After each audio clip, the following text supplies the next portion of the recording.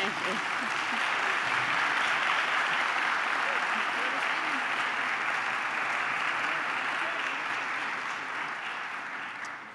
Will everyone please stand for the presentation of colors?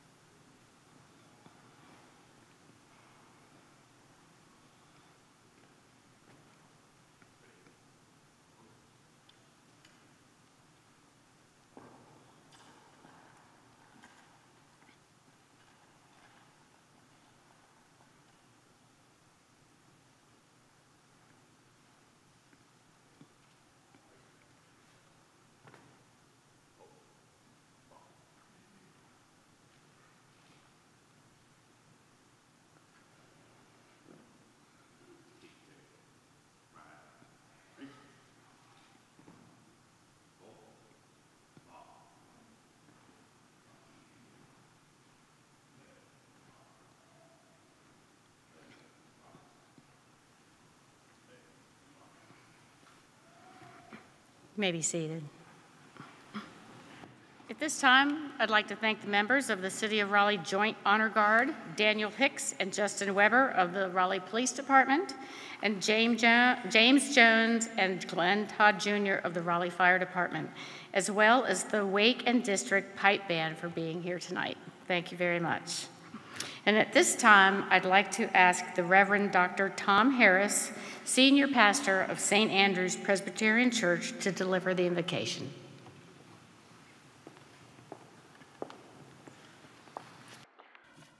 City Council and Mayor, thank you for the privilege and the honor of being here, and thank you, Raleigh, for the invitation and the privilege of praying for our council, our mayor, and our city. Let's join together in the spirit of prayer. Gracious God, it is a joyful occasion to seek your blessing, yet it's also dangerous business. Because when our words have run out and our lists have run their course, we realize you don't pour out blessings at our behest or just to grant our wishes. You bless us to bless others. You call us to put the needs of others above our own, to do justice, to show mercy, to exhibit kindness, to be generous in heart and spirit, to extend forgiveness, and to take the high road of love. And these days, God, that seems especially dangerous. And so, God, perhaps it's for such a time as this that we have leaders in this city, our council and our mayor, to courageously lead us in these ways of danger. Bless her and bless them, not for her sake, not for theirs, but, God, for ours and for yours. Bless her and bless them, that unity would overcome estrangement, that joy would conquer despair, and that they might work together for the good of all in this city. Bless us that we would support and encourage them as they do this and to do this. Help us all to remember those words of the prophet Jeremiah to the people living in a dangerous time. Seek the welfare of the city where I have sent you. Pray to the Lord on its behalf, for in its welfare you will find your welfare. Gracious God, we come to you as Jewish and Muslim, atheist, agnostic, Buddhist and Baha'i, Shinto and Hindu, Christian and spiritualist, Sikh, and one of the many other traditions in this city. Yet we're all part of this city. And in this city's welfare is our own well-being. As we all bless our neighbors, even our enemies, we will find our own blessing. As we all work for the justice of strangers, we will find that justice prevails even for us.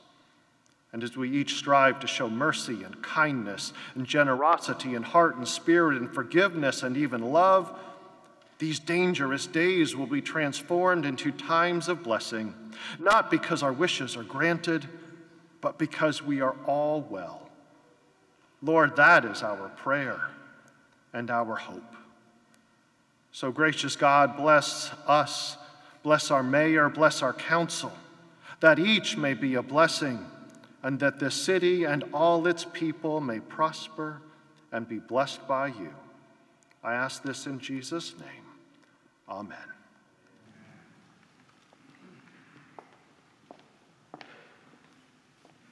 Thank you very much. I'd now like to call to order this meeting of the Raleigh City Council and welcome all of you to our official swearing-in ceremony. North Carolina General Statute 160A68 states that the elected council members will take their oaths of office no later than the first regular meeting in December following the certification of the results of the election. The Wake County Board of Elections has certified that the following persons have been elected to the Raleigh City Council. Any spouse or family member that would like to join the City Council members while taking their oath of office, please come forward at this time while I read out the names. The election results are as follows. Mayor, Nancy McFarlane. City Council at Large, Russ Stephenson. City Councilor at Large, Nicole Stewart. District A, Richard A. Thompson. District B, David N. Cox. District C, Corey D. Branch. District D, K.C. Crowder. And District E, Stef Mendell. I'd now like to ask Wake County Superior Court Judge, the Honorable Vincent M. Rozier, Jr., to administer the oath of office to the council members.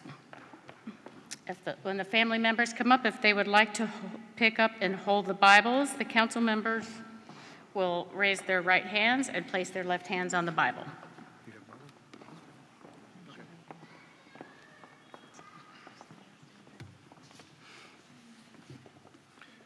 Corey Branch, K.C. Crowder, David Cox, Stef Mendell, Russ Stephenson, Nicole Stewart, Dickie Thompson. Do you solemnly swear or affirm that you will maintain the Constitution and the laws of the United States and the Constitution and the laws of North Carolina, not inconsistent therewith, and that you will faithfully discharge the duties of your office as council member of the city of Raleigh? So help you God. If so, please say, I do. I do. Thank you. You may be seated.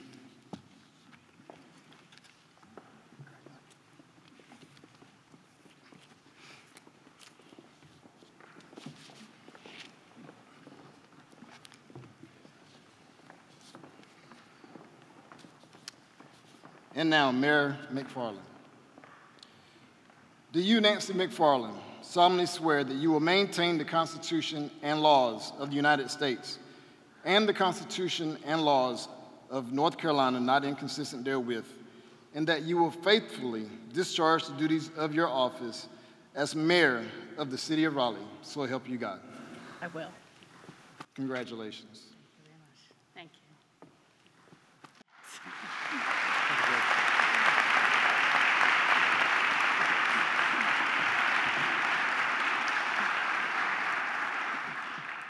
I'd now ask that all the council members come forward and sign their certificates.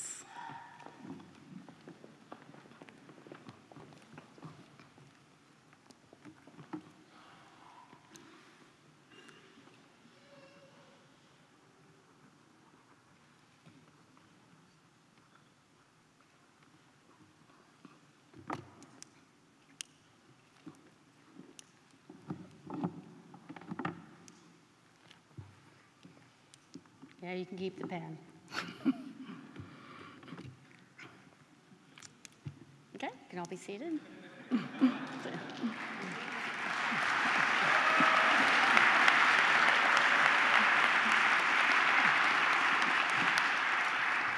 Our first musical rendering will be performed by Patrick O'Sullivan of the Raleigh Boys Choir.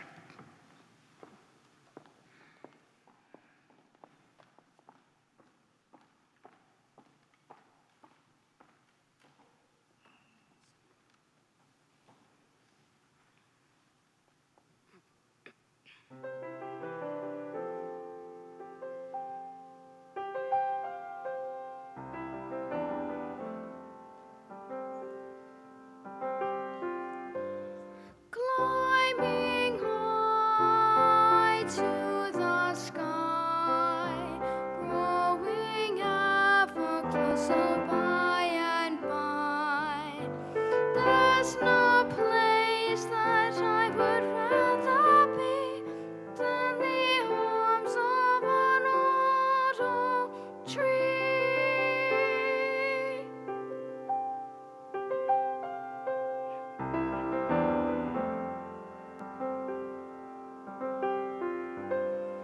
There I love, there I play, there I'm happy just to spend a day.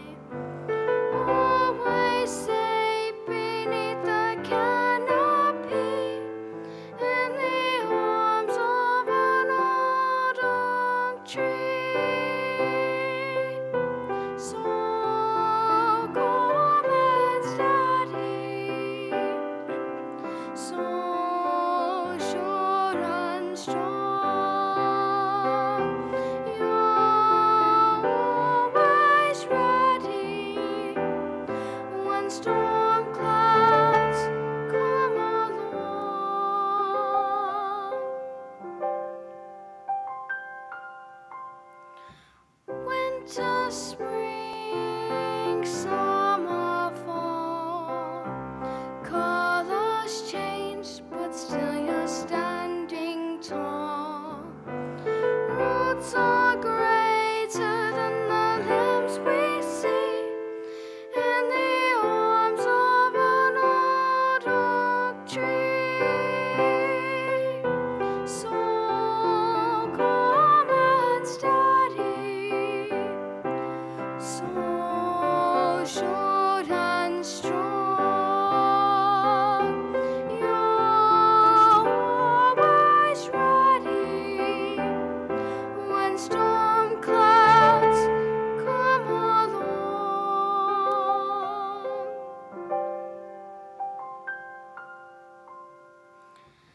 And if there should come a day when your strength begins to fade away, I'll be there just like you were for me, my old oak tree. I have arms just like your arms, mighty arms like an old oak tree.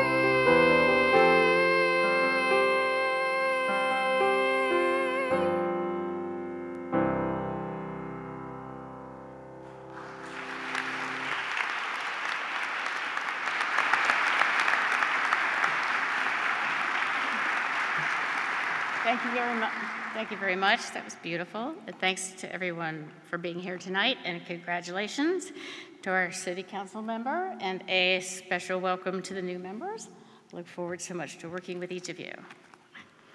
So ladies and gentlemen, friends and family and distinguished guests, thank you all for being here tonight.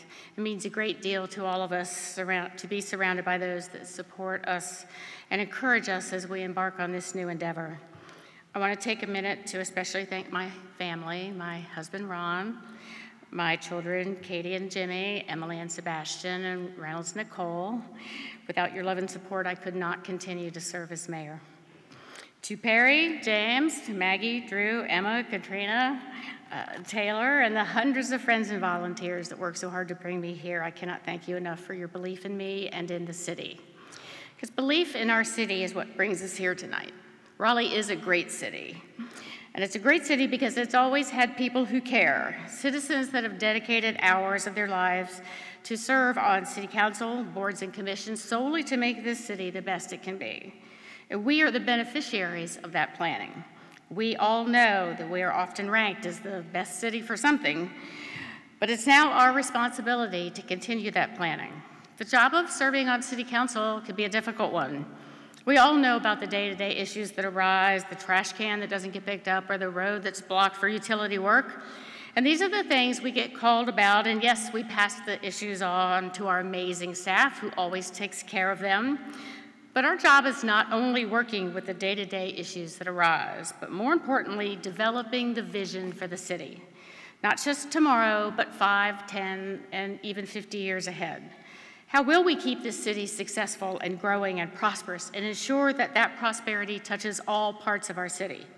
We all come to council with different interests and areas of focus. Now we start to work to coalesce all of those ideas into a vision for Raleigh and develop the guiding policies that will take us there. I'm sure you have all heard the quote, "The true meaning of life is to plant trees under whose shade you do not expect to sit." That is our charge. When I was first elected to council in 2007, I asked Mayor Charles Meeker if I could be the liaison to the Arts Commission.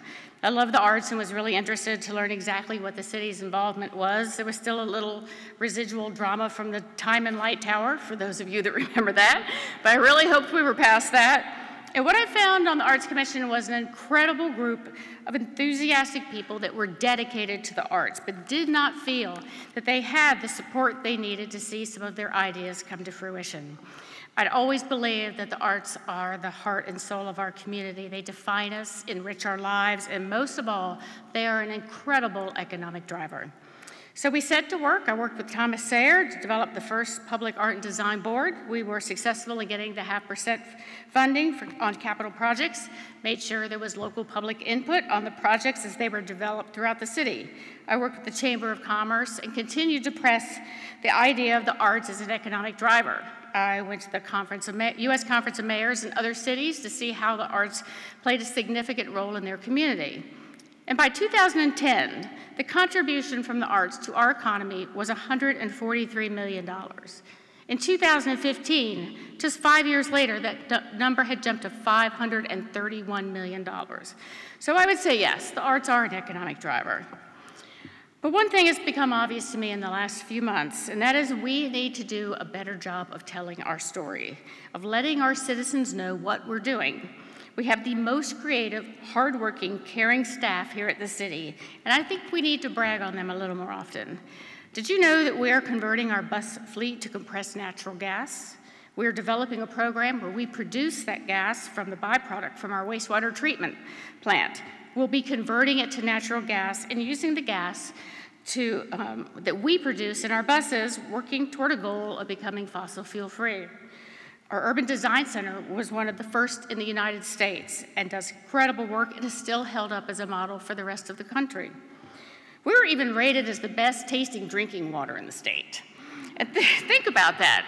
We didn't do that. Our professional staff did that.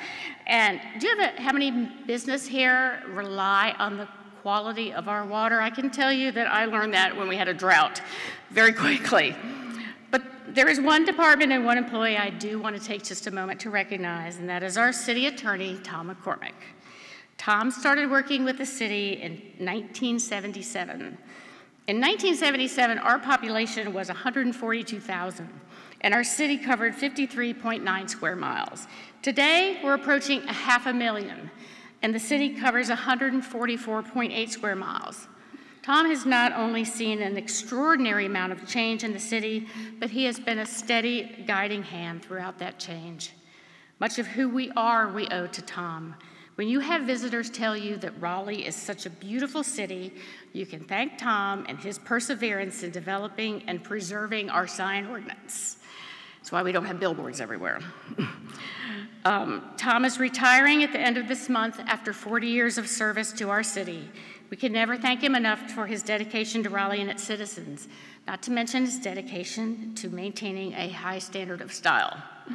Tom, we will miss you, your counsel, and the 40 years of experience and knowledge that you share with us every day.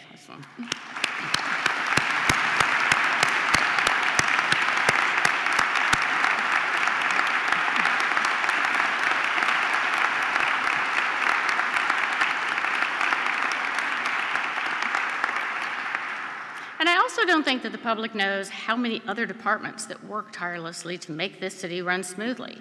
I have the city clerk's office, budget and finance, planning, communications, development services, engineering, fire, police, and emergency communications, housing and neighborhoods, HR, IT and GIS services, parks, recreation, and cultural resources, public utilities, solid waste services, transportation, travel, tourism, and of course the arts. And of course the city manager's office that pulls together 4,000 employees to make it all run smoothly. So just think about all of the pieces that go into the day-to-day operations of the city, and think about how good we are at it. But there is something happening in Washington, D.C. that may change some of that for us. The Senate tax reform bill that passed on Friday includes some changes that will make it more difficult for us to continue to provide those services in the way that we are used to. First, under this plan, our municipal bonds are no longer tax exempt.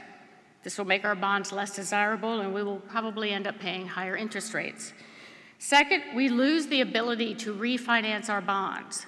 Last spring, we received our third AAA bond rating for our utility system, refinanced our utility bonds, and saved $12 million.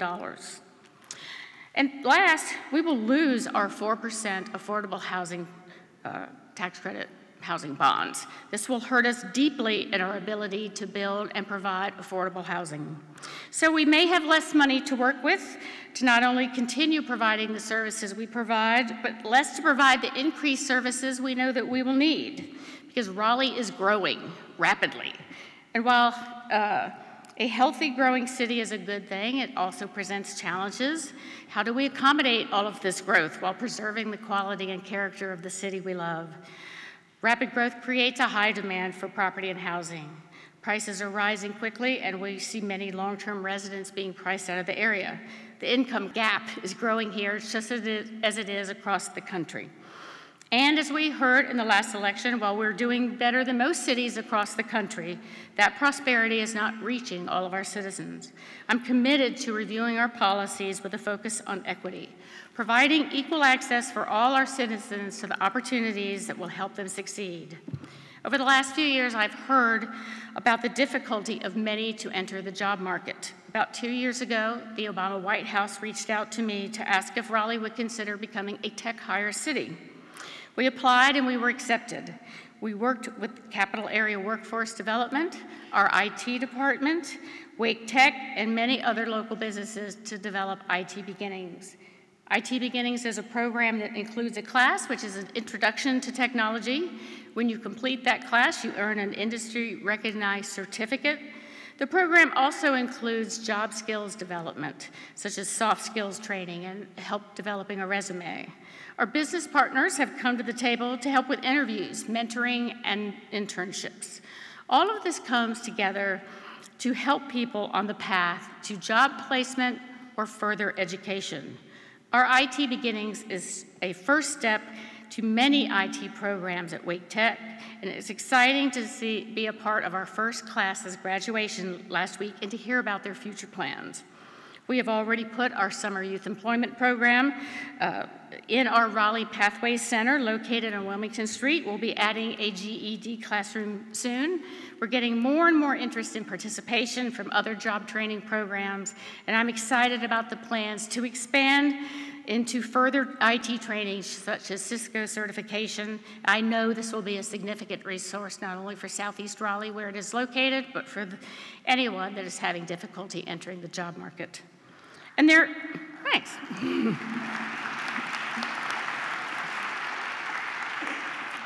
And there are many more discussions to have. Parts of our city feel left out. They feel their voices are not being heard. They feel they're not part of the discussions about how the city's policies are formed. And we need to do something about that. We had a rough start to our attempt to improve citizen engagement, but I believe that this council understands the importance of being inclusive and reaching out in new ways to bring those citizens that feel unheard into the conversation. I look forward to our continued work in citizen engagement. Our consultant, Mickey Fern, challenged us to be a leader in this area. He recognized that Raleigh is a city like no other, and we have the potential to develop something new, to define to the country what true citizen engagement looks like, to be inclusive in a way that sets a new standard.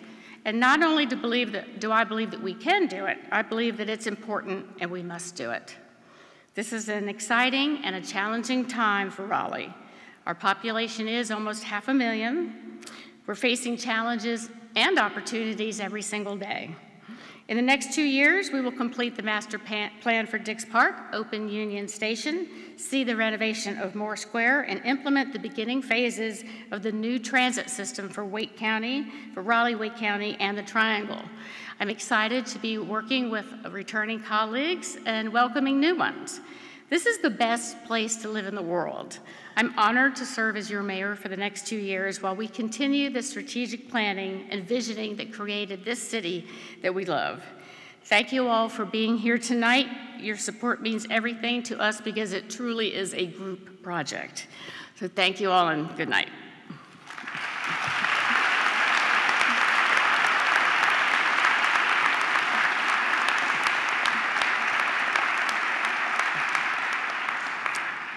Our next musical rendering will be performed by Luke Ramey and Marcel Pietris of the Raleigh Boy Choir.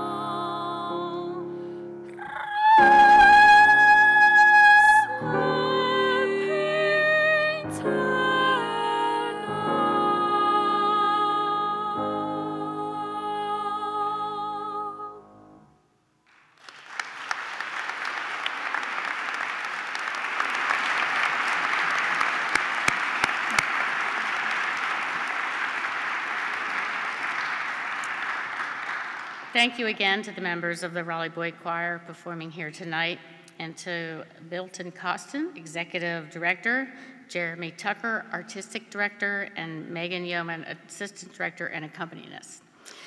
Thank you all for joining us here tonight for the swearing-in ceremony. Refreshments will be served right outside in the lobby, and this meeting is adjourned. Thank you.